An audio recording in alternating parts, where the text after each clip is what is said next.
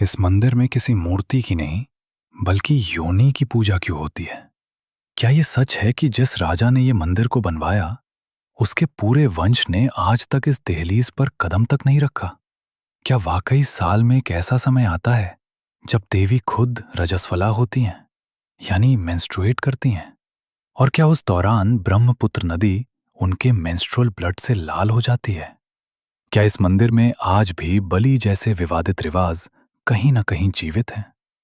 उत्तर पूर्व भारत के घने जंगलों के बीच स्थित है कामाख्या मंदिर, एक ऐसा शक्तिशाली शक्तिपीठ जहां साल भर भक्त, तांत्रिक, अघोरी और साधकों का आना जाना लगा रहता है।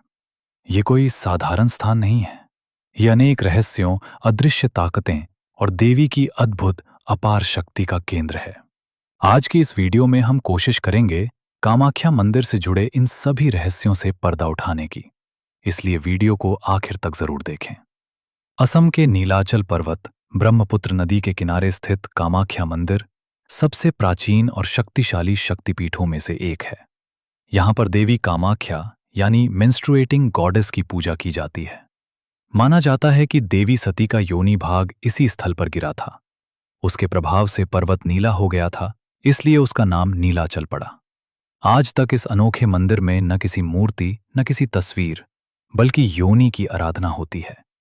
जी हाँ, इसी वजह से कामाख्या धाम सृष्टि के सृजन और आदि शक्ति का जीवंत स्वरूप माना जाता है। कहते हैं कि इस धार्मिक स्थल का निर्माण सबसे पहले साक्षात कामदेव ने किया था। एक लोक कथा के अनुसार शिवजी के श्राप के कारण कामदेव ने अपनी सुंदरता खो दी थी। तब उन्हें एक ऋषि ने बताया कि वो सती के योनि स्थान को ढूंढकर वहां ध्यान करें। तब कामदेव ने इसी स्थान पर तपस्या की और उनको अपनी सुंदरता वापस मिली। प्रसन्न होकर उन्होंने इस स्थान पर एक भव्य मंदिर का निर्माण किया। लेकिन समय के साथ ये मंदिर कई आक्रमणकारियों का शिकार बना। इसे बार बार तोड़ा गया, फिर से खड़ा किया गया, और आज हम जो मंदिर का भव्य रूप देखते हैं वो 16वीं सदी में कोच वंश के महान राजा नर नारायण ने बनवाया था। लेकिन चौंकाने वाली बात यह है कि जिस राजा ने निर्माण किया, वही राजा, उनके परिवार और आने वाली पीढ़ी को यह श्राप मिला था कि अगर मंदिर में कदम भी रखा तो उनका घोर विनाश होगा। पर ऐसा क्यों? इसके पीछे एक रोंगटे खड़े कर देने वाली कहानी है। बात उस समय की है जब कामाख्या मंदिर में केंद्र कलाई नाम के मुख्य पुजारी नियुक्त थे। उन्होंने अपनी कठोर तपस्या और भक्ति से देवी को साक्षात प्रकट करने की सिद्धि प्राप्त की थी। हर रात वो गर्भगृह के द्वार बंद करके गहरे तपस्या में लीन हो जाते, और माना जाता है कि देवी स्वयं प्रकट होकर वहां नृत्य करती थी। राजा नर नारायण को यह बात पता चली और उन्होंने भी देवी को देखने की जिद की। एक रात पुजारी जी ने उन्हें गर्भगृह में छुपा दिया और राजा ने छुपकर देवी को नृत्य करते हुए देख लिया। लेकिन देवी को इस दुस्साहस का एहसास हो गया था। क्रोधित होकर मां ने केंद्र कलाई का सर धड़ से अलग कर दिया और राजा को श्राप दिया कि वो, उनका परिवार और उनका आने वाला वंश अगर कभी मंदिर में प्रवेश करेंगे तो उनका सर्वनाश हो जाएगा। आज तक कोच परिवार की वंशज इस श्राप से इतने डरे हुए हैं कि वो मंदिर से दूर ही रहते हैं। कहते हैं कोच राजकुमारी गायत्री देवी जब भी हेलीकॉप्टर से गुवाहाटी के ऊपर से गुजरती थी तो अपनी आंखें बंद कर लेती थी ताकि मंदिर की तरफ नजर भी न पड़े।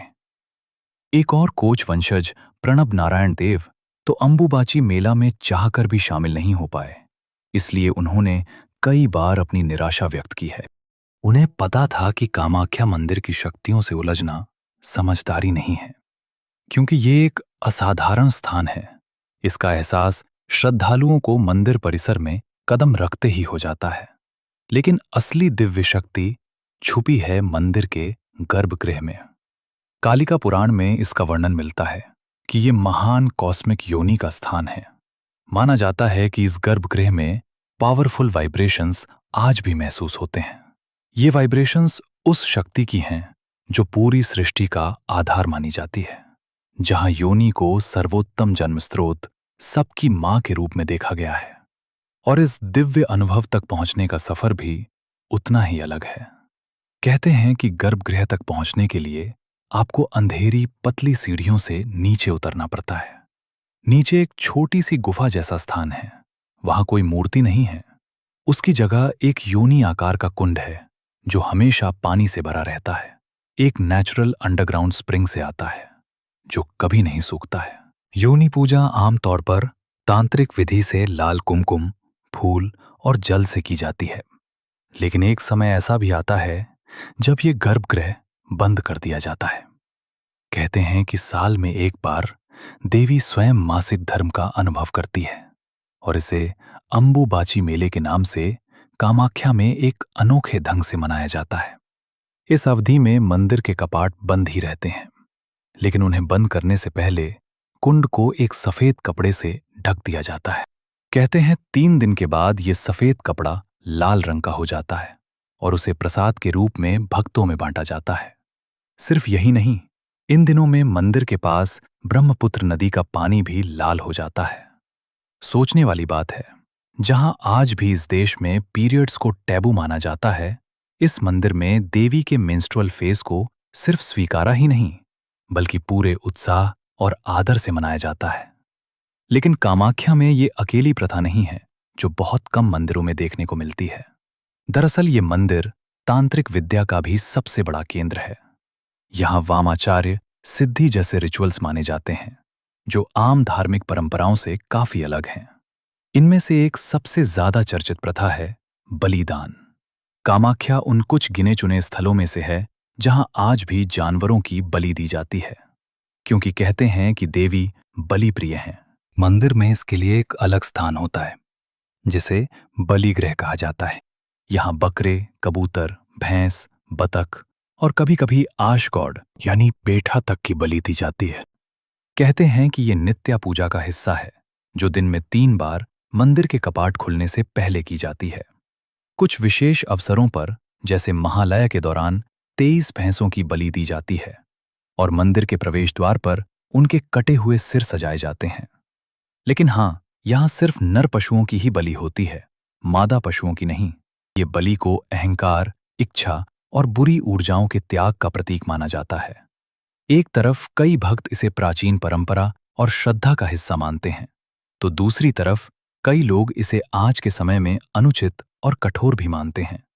और शायद यही बात कामाख्या को इतना अलग बनाती है कि यहाँ आस्था, रहस्य और विवाद तीनों एक साथ नजर आते हैं।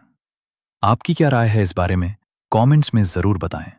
अगर आपको वीडियो पसंद आया तो इसे जरूर शेयर करिए और ऐसे ही सनातन धर्म से जुड़ी हुई अनसुनी कथाओं के लिए अयोध्या एस्ट्रो को जरूर सब्सक्राइब करिए।